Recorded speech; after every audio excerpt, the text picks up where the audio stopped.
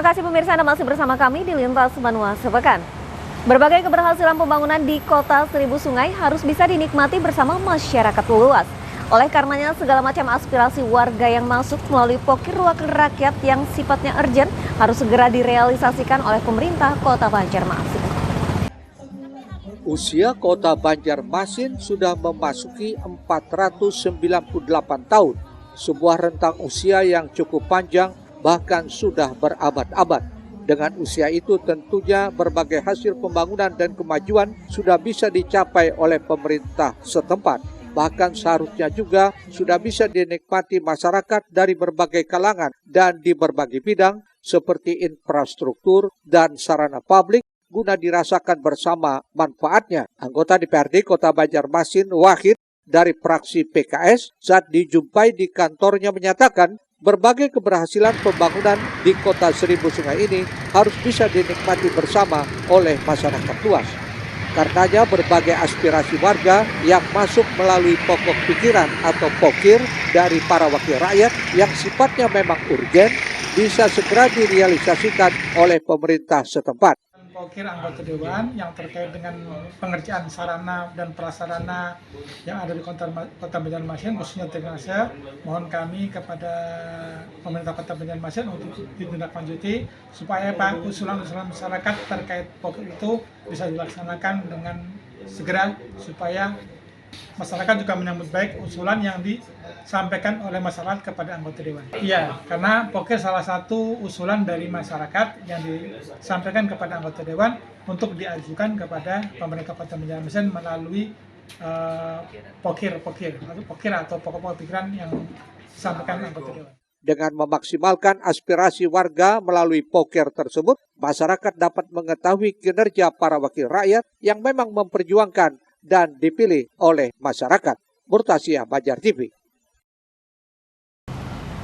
Selanjutnya pemirsa, guna meningkatkan performa kinerjanya dalam menjalankan tugas dan fungsinya sebagai anggota Dewan, Lembaga Penelitian dan Pengabdian kepada Masyarakat, LP2M Uniska Muhammad Arsyad Al-Banjari Banjarmasin kembali dipercaya sebagai perwakilan lembaga pendidikan untuk fasilitasi pelaksanaan bimbingan teknis bagi anggota DPRD Kota Banjarbaru di salah satu hotel di Banjarmasin.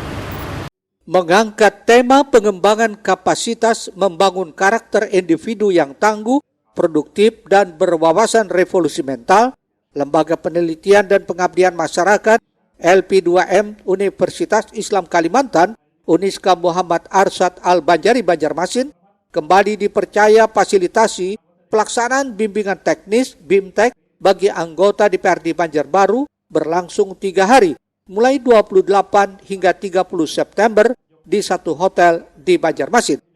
Kegiatan BIMTEK ini dibuka langsung Wakil Rektor 4 Uniska, Dr. Galuh Nasrullah Kartika Mayang Sari Ropam, diikuti unsur pimpinan dan anggota DPRD Kota Banjarbaru dengan menghadirkan 3 narasumber, diantaranya Dr. Ahli Neuropsikologi, Dr. Ahmad Padli Nur, perwakilan dari Fuhu Hotel Banjarmasin, dan jurnalis Radar Banjarmasin Toto Pahrudin.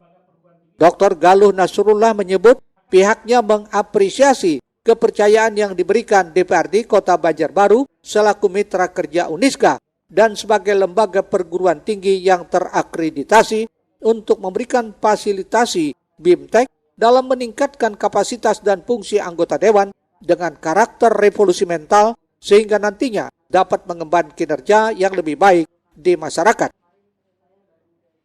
Kami dari kampus ya, dari Uniska, dari sisi akademisi, kami mensupport mitra-mitra kami yang bekerja sama dengan kami untuk bersama-sama membangun negeri ini dari berbagai sisi. Kalau di sini nanti mungkin ada kegiatannya adalah capacity building, membangun karakter. Nah ini memang sangat diperlukan pada pemerintahan yang pemimpin yang baru maupun yang akan meninggalkan jabatannya, sehingga yang meninggalkan jabatannya pun dengan karakter revolusi, yang revolusi mental yang dibangun, maka akan ringan, tidak ada beban.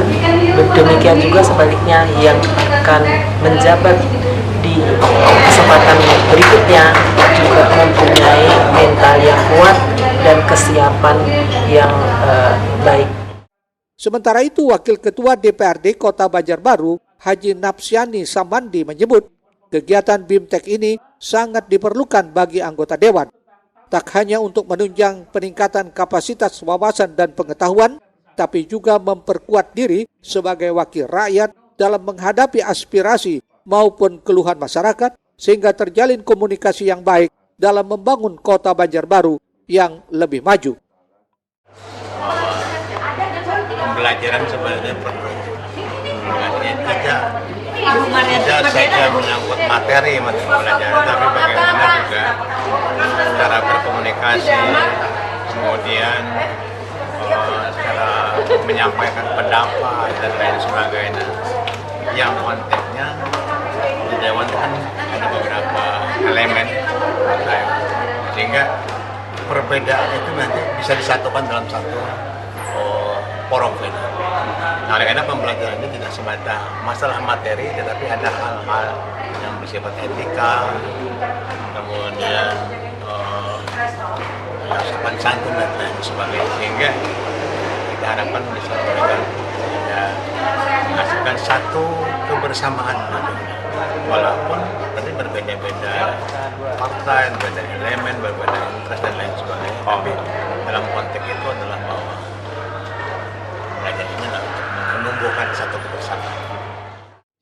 Selama 3 hari, unsur pimpinan dan anggota DPRD Kota Banjarbaru mendapatkan 3 paparan materi, diantaranya motivasi pembentukan perilaku yang mempunyai nilai, etika atau tata krama yang pantas selama di meja makan, dan cara berkomunikasi yang baik menggunakan lisan dalam menyampaikan ide, gagasan, maupun pendapat kepada orang lain. Erwin Yudanwari, Banjar TV. Pemirsa, kita beralih ke informasi lainnya. Bagi Anda masyarakat yang beraktivitas pulang pergi menggunakan feri di dermaga Banjarraya, kini transaksinya kian mudah, yakni cashless yang disediakan oleh Bank Kalsel bekerja sama dengan Pemko Banjarmasin, sehingga warga tak perlu lagi menunggu uang pengembalian serta dapat membuka keran potensi pendapatan asli daerah. Implementasi program Smart City Banjarmasin kini menyentuh sektor moda transportasi. Belum lama tadi, Wali Kota Banjarmasin Ibnu Sina melaunching pembayaran retribusi kapal penyeberangan secara non-tunai atau cashless di dermaga Banjarraya Pelambuan menggunakan Banwakart hasil kerjasama Pemko dengan Bank Kalsel. Ibnu meyakini inovasi ini akan memberi manfaat bagi masyarakat luas, terlebih bagi pengguna yang melaksanakan aktivitas penyeberangan kapal sehari-hari, di samping penerimaan retribusi yang menjadi lebih transparan dan optimal. Adapun di tahap awal, Pemko bersama Bank Kalsel menyiapkan sebanyak 300 hingga 500 kartu, terlebih dahulu bagi masyarakat yang akan menggunakan kapal penyeberangan dengan prioritas warga sekitar yang beraktivitas pulang pergi. Ini salah satu upaya kita untuk transparansi penerimaan retribusi, sekaligus juga untuk cashless society dalam program Smart City Banjarmasin. Segala sesuatu kan sudah harus non-tunai. Nah, dengan kartu ini, para pengguna kapal penyeberangan, terutama yang sudah berangkat dari dermaga Banjarraya, kemudian di dermaga-dermaga lain yang dibawa oleh Pemko, itu sudah menggunakan kartu ini. Ini kan kalau manusia kan Rp500 ya. Kalau kita keluarkan uang 10.000 dia kembali berapa coba? Ya, kemudian kalau sepeda motor 2.000 per orang ya.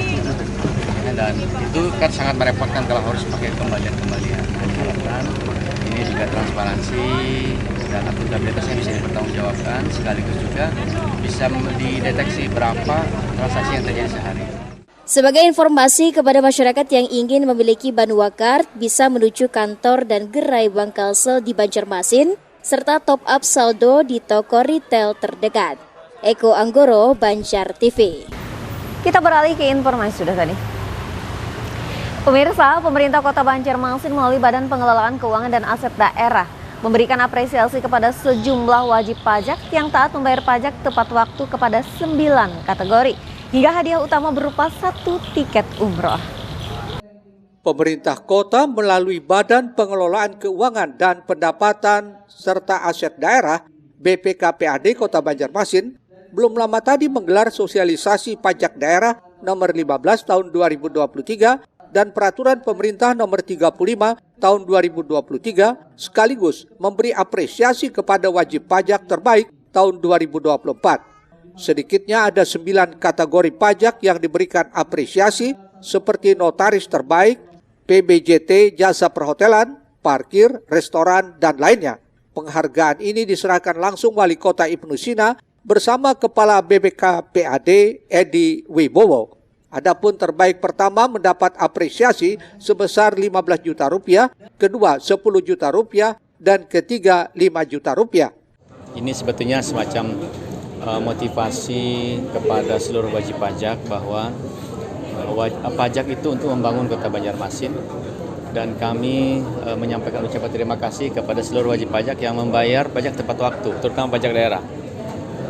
Nah, kemudian usaha dan jasa yang ada di Kota Banjarmasin memang sesuai dengan ketentuan undang-undang dikenakan pajak beragam ya, dari parkir, makanan, minuman, di kafe, di hotel, semua. Itu adalah bagian dari upaya kita untuk meningkatkan pendapatan asli daerah, gagasan membangun Kota Banjarmasin yang kita cintai. Puji Tuhan dapat peringkat 2 tahun ini. Ya berharapnya semua kedai kopi bisa ngikutin Bang, apa yang disuruh sama pemerintah daerah itu tujuannya untuk daerah kita sendiri. Kategorinya mungkin sama, cuma lebih ke gimana kita bayar pajak kita tuh di tepat waktu. Kemungkinan itu Bang indikatornya. Soalnya kita kan nggak bisa ngeliat yang posisi lainnya. Kalau dari saya sendiri emang dari sebelum tanggal 5 pasti sudah nggak nyetor, kemungkinan di tanggal 1 sudah saya transfer. Selambat-lambatnya mungkin tanggal 3 datang, karena dari kebijakannya udah kalau pembayaran itu via transfer harus H-1 sebelum kita menyetorkan berkas. Melihat potensi yang ada, Kepala BPKPAD Banjarmasin Edi Wibowo mengaku ke depan akan menambah tapping box agar potensi pajak lebih maksimal, meski diakui dalam 3 tahun terakhir meningkat 50 miliar setiap tahunnya. Meningkatnya ya sangat baik, artinya di atas tiap tahun itu kan di atas 50 miliar kan. Nah, artinya kalau melihat dari nilai, artinya ada kesadaran. Tapi kalau kita melihat dari potensi yang ada, ya memang harusnya lebih lagi. Nah, ini yang akan kita gali. Pertama, kita melakukan dari sisi masyarakat.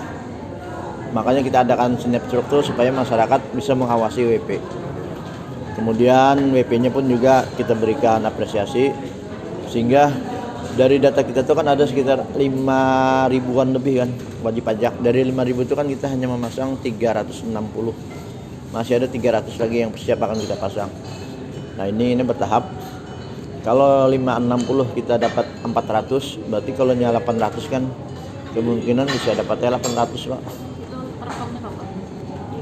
Alat perekam kita 560 yang dipasang. PAD kita dapat 400 miliar. Tapi kalau kita dari wajib pajak kita ada 5.000, kalau kita bisa memasang menambah misalnya 500 lagi kan berarti 2 kali lipat lah hitungan logikanya. Nah, yang ini akan kita kejar. Tapi memang perlu juga kita sadari, sebanyak apapun memasang, kalau kadeda kita lakukan pengawasan, ya kayaknya kan ada on off. Nah, ini yang selalu kita jaga, kita lakukan pengawasan. Di kesempatan ini juga bagi pemenang reward pajak daerah, setiap snap truk, kanal, dan wajak terbaik, adapun hadiah disediakan Bank Kalsel berupa sepeda listrik, laptop, hingga hadiah utama umrah. Eko Anggoro, Banjar TV.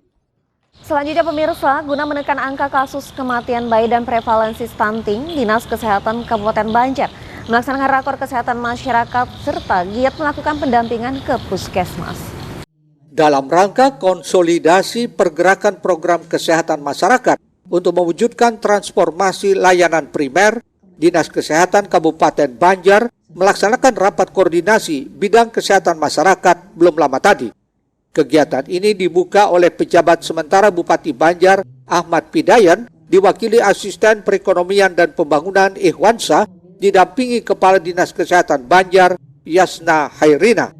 Diketahui dalam rencana pembangunan jangka menengah nasional 2020-2024 dicantumkan sasaran strategi program Kesmas, yaitu penurunan angka kematian ibu penurunan angka kematian bayi, penurunan prevalensi stunting pada balita menjadi 14%, dan penurunan prevalensi wasting 7%.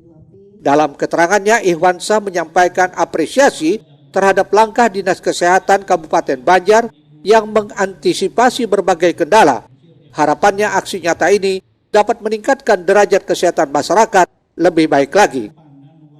Harapan kami, harapan pemerintah daerah dan harapan kita semua bagaimana yang kita sampaikan, kita terus meningkatkan derajat kesehatan masyarakat yang ditandai dengan menurunnya angka kematian ibu, angka kematian bayi dan balita, dan bisa kita bersama-sama meningkatkan usia harapan hidup masyarakat yang ada di Kabupaten. Sementara itu, Kepala Dinas Kesehatan Kabupaten Banjar, Yasna Hairina, menjelaskan pihaknya berupaya keras menekan angka kematian ibu dan anak, serta prevalensi stunting sesuai target yang ditetapkan, atau bahkan lebih rendah lagi, diantaranya melalui rakor Kesmas, pendampingan SPOG ke puskesmas-puskesmas, dan audit maternal prenatal. Untuk kematian ibu itu sampai bulan ini 17 kasus. Kemudian untuk bayi 89 kasus. Itu, nah itu kalau bisa kita tekan terus sampai sekecil mungkin ada kematian ibu. Kematian ibu ini karena melahirkan. Bukan kalau banyak kan ibu-ibu meninggal biasa. Nah ini yang karena melahirkan. Itu yang harus kita perhatikan. Kemudian nanti kami akan melakukan audit maternal perinatal, audit untuk mengetahui penyebab kematian itu tadi. Apa sih, kita bukan mencari siapa yang salah, tapi mencari apa masalahnya, kemudian untuk tidak terulang lagi. Adapun 6 pilar transformasi kesehatan meliputi transformasi layanan primer, layanan rujukan, sistem ketahanan kesehatan, sistem pembiayaan kesehatan, SDM kesehatan, dan teknologi kesehatan. Ahmad Ramadhani, Banjar TV. Selanjutnya pemirsa, Gubernur Kalimantan Selatan Sahbirinor atau Paman Birin hadiri prosesi Ba'ayun Maulid. Kami segera kembali.